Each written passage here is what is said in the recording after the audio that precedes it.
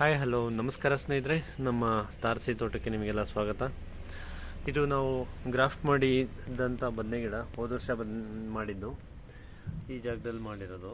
So ದೊಡ್ಡದಾಗಿ ಬೆಳೆದಿದೆ ಇವಾಗ ಗಿಡ. ಲಾಸ್ಟ್ ಒಂದು 1 ಮಂತ್ ಬ್ಯಾಕ್ ನಾನು ಇದನ್ನು ಮತ್ತೆ ಇಲ್ಲೆಲ್ಲ ಕಟ್ ಮಾಡಿ ತೆಗೆದಿದ್ದೆ. ಇದೆಲ್ಲ ಕಟ್ ಮಾಡಿ ತೆಗೆದಿದ್ದೆ, ಯಾಕೆಂದರೆ ಟೈಮ್ ಟು ಟೈಮ್ ಇದನ್ನು ಗ್ರಾಫ್ಟ್ ಮಾಡ್ತಾ ಇರಬೇಕಾಗತ್ತೆ, ಕಟ್ ಮಾಡ್ತಾ ಇರಬೇಕಾಗತ್ತೆ, ಇಲ್ಲಾಂದರೆ ತುಂಬ ದೊಡ್ಡದಾಗಿ ಬೆಳೆದು ಬಿಡುತ್ತೆ.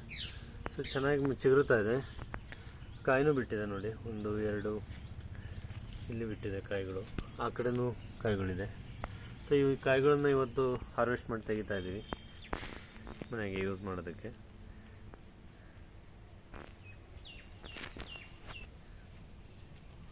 ಈ ಕಾಯಿಗಳಲ್ಲಿ ಮುಳ್ಳಿರುತ್ತೆ, ಸೊ ಸ್ವಲ್ಪ ಹುಷಾರಾಗಿ ಕಟ್ ಮಾಡಬೇಕು.